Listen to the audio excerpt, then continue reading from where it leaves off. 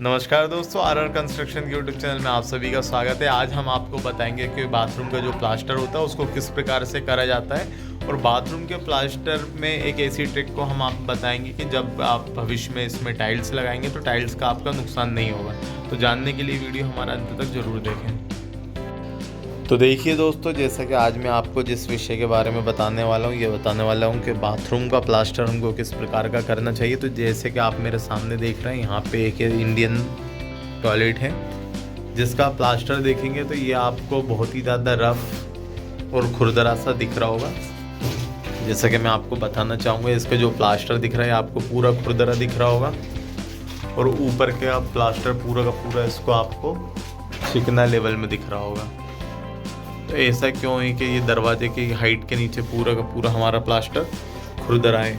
तो इसको खुरदरा इसलिए छोड़ा गया है क्योंकि जब इसमें टाइल्स लगेंगे तो टाइल्स की सीमेंट से पकड़ बहुत अच्छी तरीके से हो जाएगी और जो हमारी टाइल्स है वो मजबूती के साथ लगेगी। यदि हम ये नीचे का भी प्लास्टर पूरा चिकना कर देते और इसको रफ नहीं छोड़ते तो जो हमारी टाइल्स थी वो यहाँ पे अच्छे से पकड़ नहीं कर पाती और इन फ्यूचर कभी भी भविष्य में वो निकलने की संभावना रहती है टाइल्स की। तो इसलिए जो बाथरूम का प्लास्टर होता है, इस बाथरूम के प्लास्टर को 7 फीट की हाइट के नीचे, क्योंकि जनरली जो हमारी टाइल लगाई जाती है बाथरूम में 7 फीट की हाइट के तक लगाई जाती है, हमारे लिंटल लेवल या फिर दरवाजे की चौखट के ऊपर के टॉप तक टाइल लगाई जाती है। तो इतना स्पेस जो रहता है बाथरूम का उसको रफ करके छोड़ना चाहिए। बाकी के ऊपर का हिस्सा जो भी बाथरूम का रहता है उसको प्लेन करके फिनिश कर देना चाहिए।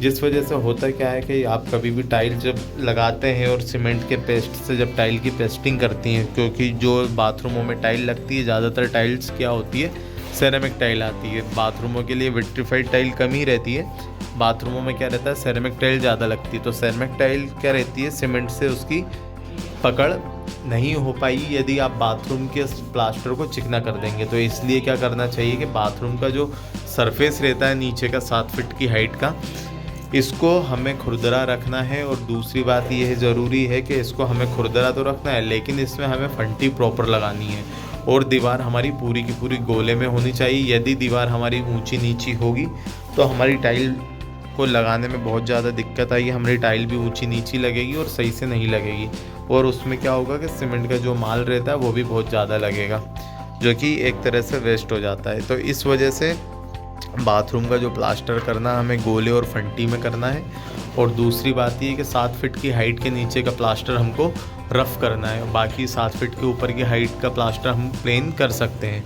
तो ये एक टिप्स थी कि यदि आप बाथरूम का प्लास्टर कर रहे हैं तो शुरू में ही बाथरूम के प्लास्टर को रफ़ छोड़ दें, वरना क्या होगा कि आपका प्लास्टर तो हो जाएगा लेकिन जब आप कभी टाइल लगाएंगे तो आपकी टाइल निकल जाएगी, वो सक्सेस नहीं होगी। इसलिए कभी भी जब भी आप बाथरूम का प्लास्टर करें तो बाथरूम के प्लास्टर को नीचे के 7 फीट तक के प्लास्टर को आप रफ़ करके छोड़ दें, जिससे कि आप भविष्य में होने वाली नुकसान से बच सकें।